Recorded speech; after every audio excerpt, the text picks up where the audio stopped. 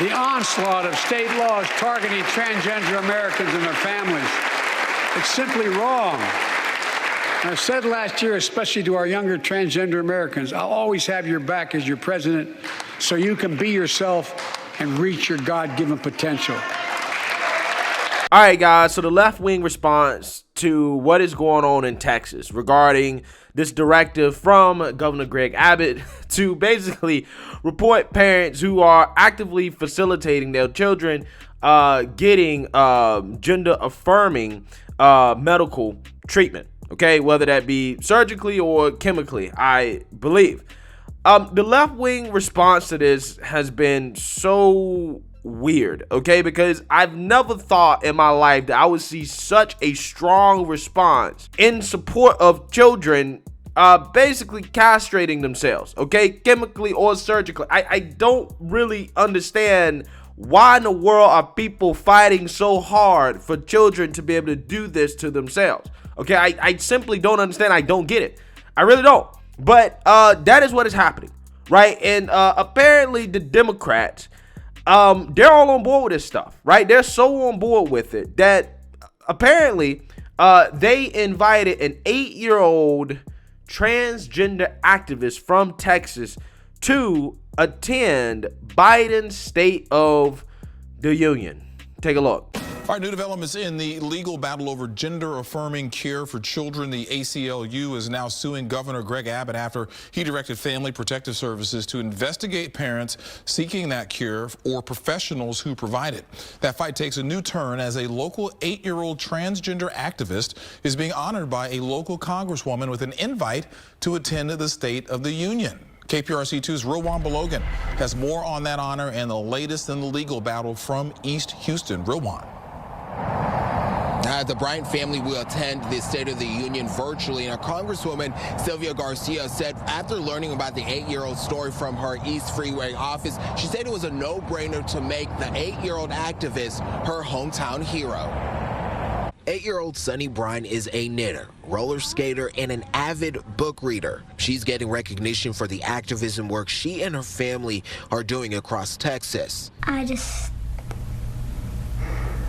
don't like it. They spent hours driving to and from Austin last year, meeting with lawmakers advocating equality for transgender kids like herself. Well, I remember this one line where I said, "Don't be a Grinch, let your heart grow." Because of this work, her name was read on the floor of the United States Congress by Representative Sylvia Garcia. Sunny is strong and resilient.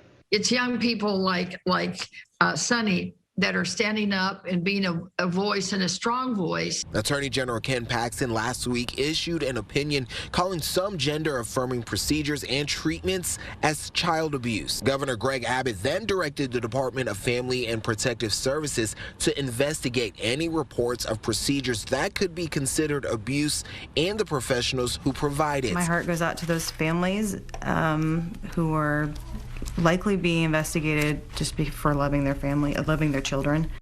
Now, a spokesperson for the Department of Family and Protective Services tells us that 3 cases are being investigated for violating the Attorney General's opinion and the governor's directive.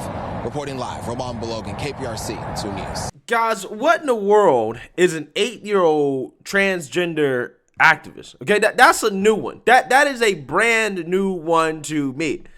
How in the world can an 8-year-old know what they're talking about when it comes to an issue like this? So much so that they deserve to be heard in Congress or in some type of, legislator, some state legislator. I really don't understand. Guys, I mean, the world that we're living in 2022 is nuts. It's insane. It's absolutely insane. And it's crazy to me how you have parents out there who are using their children and what their children are going through for clout. I don't understand. I really don't. Because this is not the first time that I've seen this. Okay?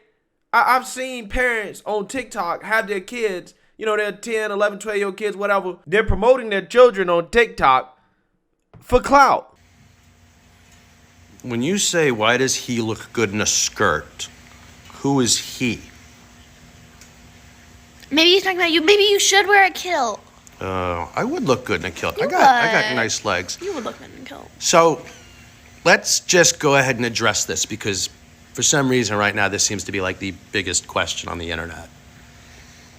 Mo Yeah? is not a boy. Are you? No. No. Today I am. Today Mo is a boy. That's why I'm wearing this. Mo, are you a girl? No. No. Why But not? sometimes I am, because I'm Sometimes. gender fluid. You're gender fluid. What pronouns do you prefer? They, them. They, them. If you're gonna come here and comment, use they, them at least.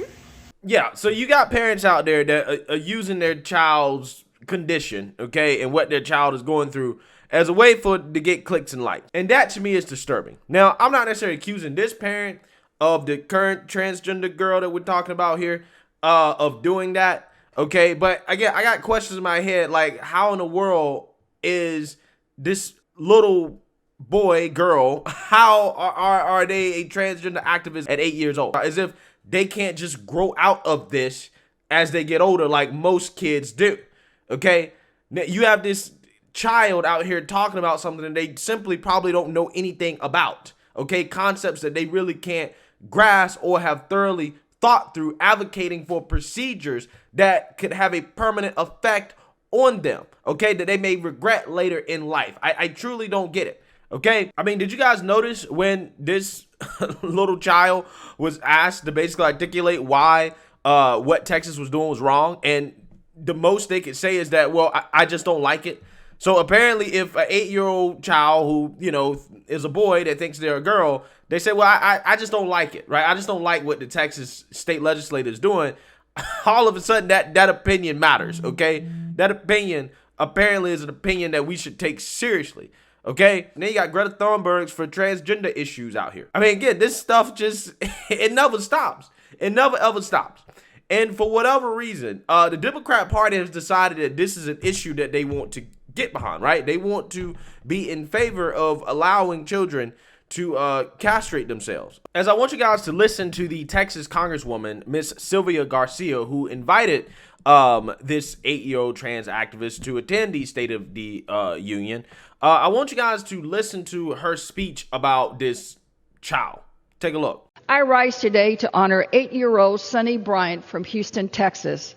Some hometown heroes like Sunny Bryant might be too young to work and certainly too young to even have a driver's license, but they inspire millions of people across our nation. You see, Sunny Bryant is a transgender girl who, like her transgender community, is currently experiencing fear and anxiety due to politically motivated attacks sparked by Texas Governor Greg Abbott and his anti-trans actions. Governor Abbott recently directed state officials to investigate parents who support their trans children with gender-affirming health care, describing it as child abuse. This measure not only goes against the opinion of medical experts, but it intentionally strikes fear in the transgender community for political gain. This is appalling. But like hometown heroes across the country, Sunny is strong and resilient. And she's got some missing teeth, as you can see in the photo. Sunny Bryant from my home district in Texas will be my virtual State of the Union guest. I'm truly honored that she will be joining me today. Thank you, and I yield back. So I want y'all to understand the lunacy here from the Democrats, right? What she just said. She acknowledges that Sunny is too young to work, too young to have a driver's license, but apparently is not too young to inject chemicals in their bodies, okay? And to castrate themselves physically, right? That's what this person is saying. That's what this Congresswoman is saying, okay? I don't know if the Democrats realize just how crazy the things that they're getting behind is, okay? Because you would think that the Democrats would be like, you know, this one might be a little bit too far for us, right? Let's be neutral on this, okay? We're not going to speak out on this one because, you know, this right here might be too much. No. They going full whole hog on this, okay? And to the point where you got activists, right? Transgender kid activists being invited to the State of the Union. Again, it's incredible. It's absolutely incredible that this is what they're vouching for now. This is what they're pushing. They're saying, no, this is okay. This is totally fine. This is great. Okay. I don't get it, man. I don't get it. I don't get it at all. Now, listen, here's the thing. When it comes to the whole Texas, initiative or whatever they're trying to do, look, I look at it like this, man. We have, as a society, okay, we have, protected children from, parents making decisions that we find to be questionable for their kids. Now, I do believe that parents, for the most part, 99% of the time, hey, they can do whatever they want for their kids, right? It's their kid. Hey, they can do what they want as long as it doesn't harm their kid or is some form of abuse.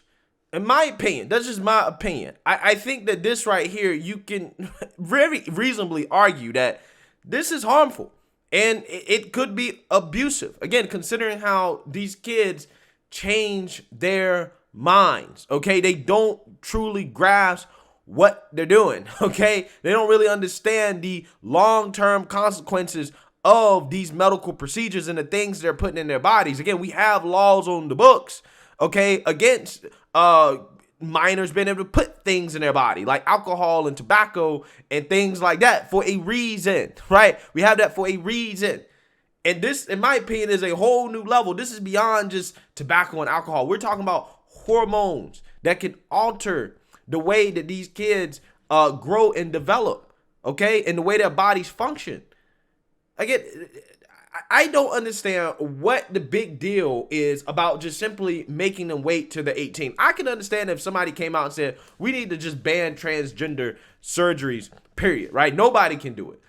I would be against that because I think that's against freedom, okay? Like I said, I'm a libertarian on this issue. After 18, do whatever you want. Before you're 18, I'm conservative, okay?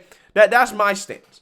I think that's the reasonable stance. I think that's the common sense stance. I think that's the stance of freedom, and I think that's the stance that protects children, okay? But for whatever reason, again, this is what the Democrats want to get behind, right? They want to fight for children to be able to castrate themselves. I don't get it, right? I simply don't get it. It's almost like every far left woke issue that comes up, the Democrats are just right on board with it. Oh yeah, we're gonna do that, right?